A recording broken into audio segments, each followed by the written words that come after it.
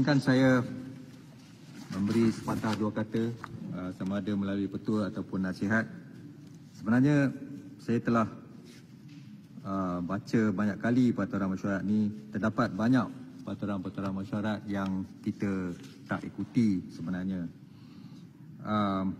Pertamanya peraturan mesyuarat 23/1C. Apabila kita bertanya soalan, kita tak boleh mengandungi apa-apa hujah, apa-apa sangkaan, apa-apa fikiran, tohmah, puji atau keji, atau mengandungi kalimah-kalimah mengelirukan, menyindir atau menyakitkan hati, ataupun mengenai apa-apa perkara dangkal atau meminta penerangan mengenai perkara-perkara remeh.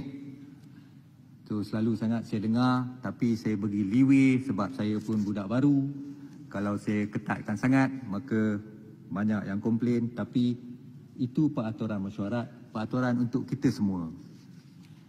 Kemudian kita lihat pula kepada peraturan mesyuarat yang sama di paragraf yang lain, mengatakan sesuatu pertanyaan itu tidak boleh dikeluarkan berkenaan dengan sifat atau kelakuan siapa-siapa, melainkan sifat dan kelakuannya dalam menjalankan urusan-urusan jawatannya saja.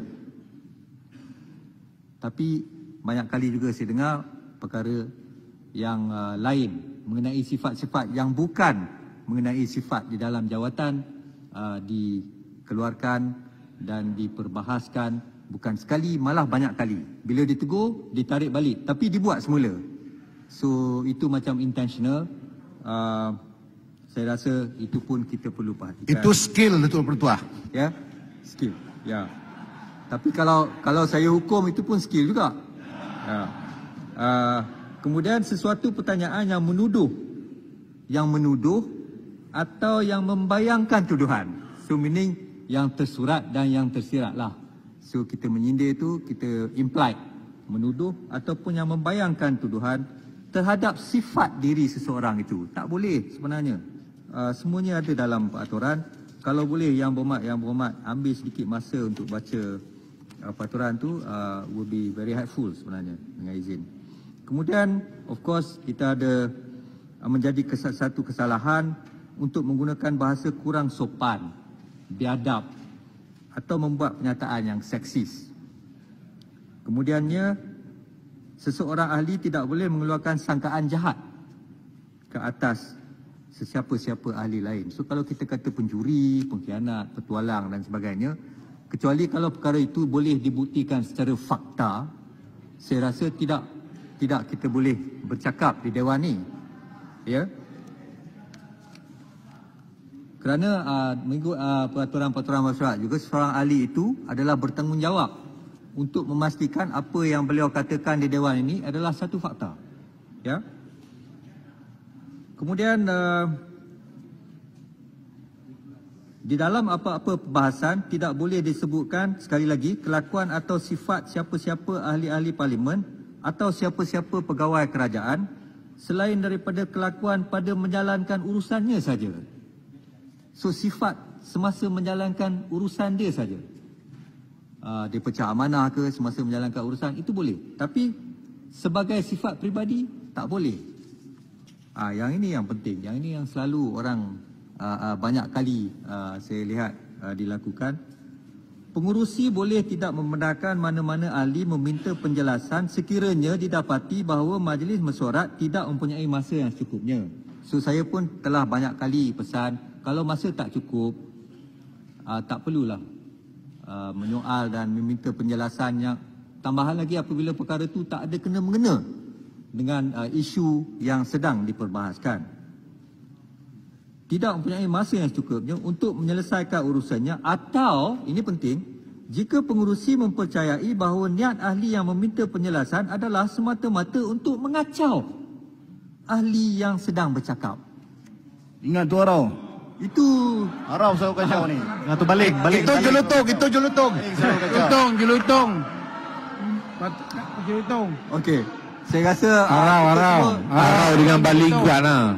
Arau. Jelutong dengan baik-baik jelutong. Arau. Bantu kawan.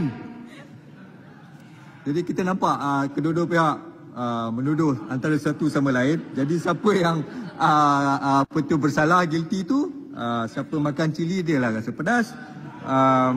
Jadi saya ingin menasihatkan agar kalau boleh kita bukan saja membaca peraturan-peraturan mesyuarat, malah kita menghayatinya.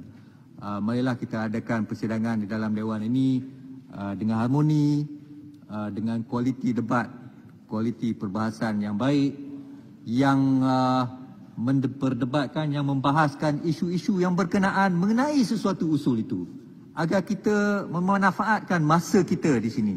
Ya, ramai orang yang kata tak dapat orang kata cukup masa untuk berbahas, tapi saya rasa ada masa untuk bahas itu cukup, tapi kita tak perbahaskan, tak menggunakan masa itu dengan sewajarnya. Ya, Datuk Pertua. Saya.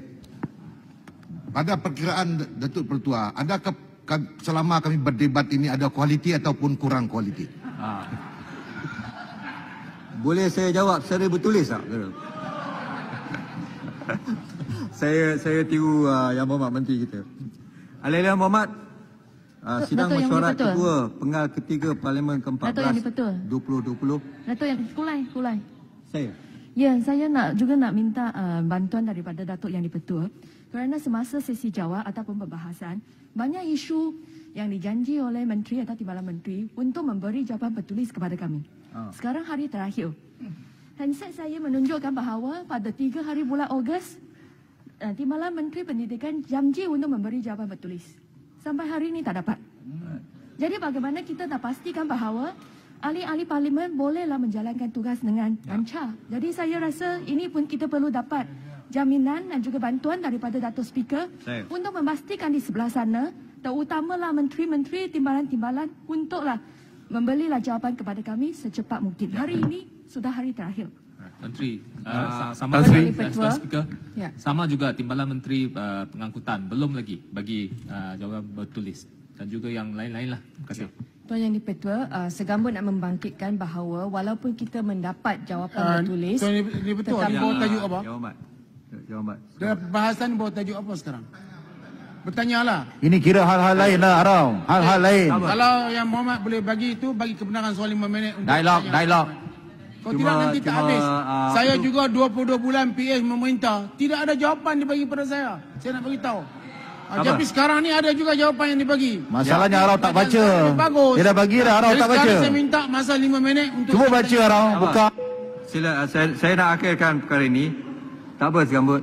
Saya cuma, of course, apabila dijanji itu dan dimasukkan ke dalam Hansard itu, maka itu adalah satu janji yang perlu dikotai, kerana itu adalah merupakan satu representasi, adalah satu kenyataan kepada Dewan dan perlu dipenuhi. Jadi, Betul, janji mesti ditepati. Al-Ahli Yang Berhormat. Tuan Yang di-Pertua, hidup PN. Segambut.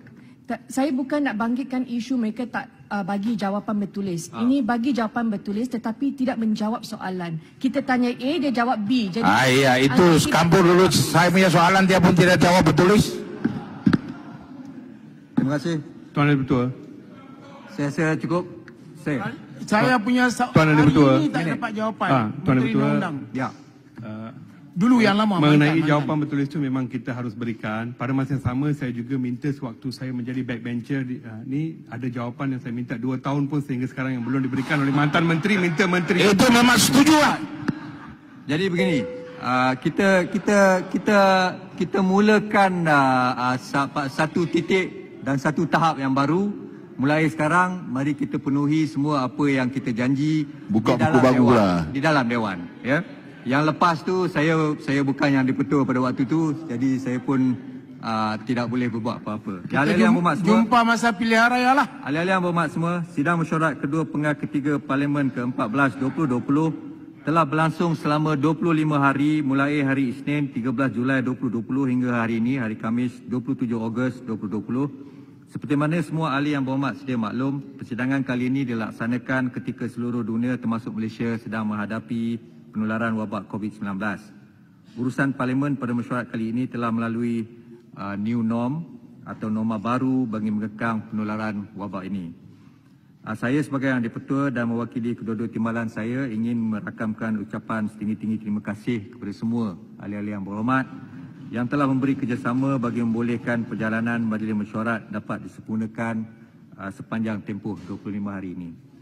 Saya juga mengambil kesempatan ini untuk mengucapkan terima kasih dan penghargaan yang tidak terhingga kepada semua pegawai kerajaan, kaki tangan Parlimen Malaysia, khususnya bahagian pengurusan Dewan Rakyat, wakil-wakil media massa serta semua pihak yang turut terlibat secara langsung maupun tidak langsung dalam pengendalian urusan Majlis Mesyuarat sepanjang tempoh Dewan kali ini bersidang.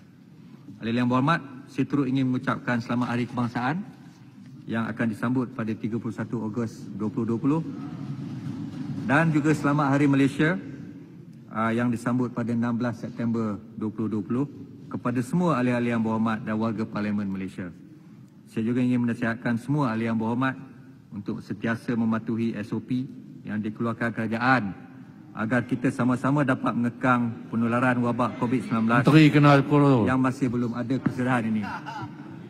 Oleh kerana ramai ahli yang berhormat berpantun, maka saya pun nak berpantun juga.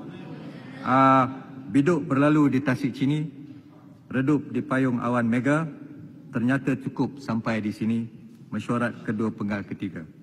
Akhir kalam, saya ingin mengucapkan kepada semua, selamat pulang dan selamat sampai ke destinasi masing-masing. Semoga ahli-ahli yang berhormat sentiasa sihat walafiat di samping keluarga tersayang. Ahli yang berhormat, mesyuarat Dewan pada hari ini ditangguhkan hingga ke suatu tarikh. Hidup Pago. Sekian, terima kasih. Setuju. Assalamualaikum.